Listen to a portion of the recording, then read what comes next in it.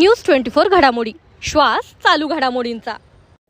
कुणाल भंडारीचा स्फोटक दावा, इतिहासाच्या छायेत घडतोय लाखोंचा भ्रष्टाचार। पोलीस चौकशी नसेल तर कोर्टात जाईल, भंडारींचा थेट इशारा।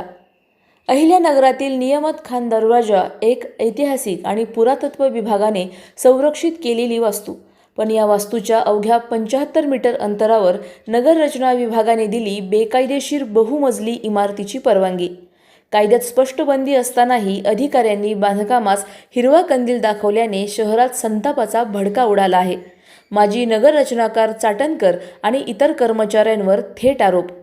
हे अधिकारी जागा मालकांशी आर्थिक व्यवहार करून पुरातत्व नियमांचा भंग करत आहेत, अशी घणाघाती तक्रार शहरातील सामाजिक कार्यकर्ते कुणाल भंडारी यांनी पोलीस अधीक्षकांकडे केली आहे।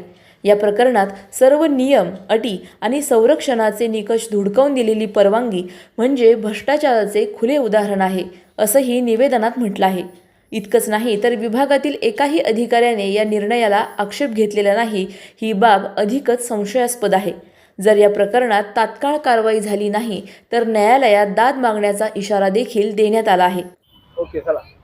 महानगरपालिकेचे माजी नगररचना विभागाचे अधिकारी चाटणकर साहेब यांनी माईवाडा भागातील जो ऐतिहासिक भारतीय संवर्धन स्मारक आहे, संरक्षित स्मारक नियामत खान गेट, याच्याजवळ जे 75 मीटरच्या अंतरावर जी काही चांद शेख नावाच्या इस्मानं जी बिल्डिंग उभी केलेली आहे, याच्या संदर्भामध्ये आम्ही भारतीय पुरातत्व विभागाकडे ज्यावेळेस पत्रव्यवहार केला, महानगरपालिका याच्यामध्ये ज्यावेळेस पत्रव्यवहार केला त्यावेळेस अशी बाब लक्षात आली, भारतीय पुरातत्व विभागाच्या नियमाची पूर्णपणे पायमल्ली करत चाटणकर साहेब यांनी आर्थिक भ्रष्टाचार करून या ठिकाणी बेकायदेशीर परवानगी या इमारतीस दिलेली आहे।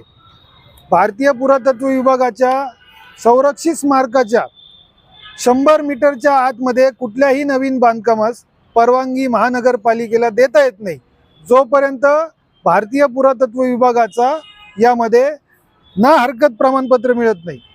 आणि 100 मीटरच्या आत तर कुठल्याही प्रकारे ना हरकत प्रमाणपत्र हा भारतीय पुरातत्व विभाग सुद्धा देत नाही।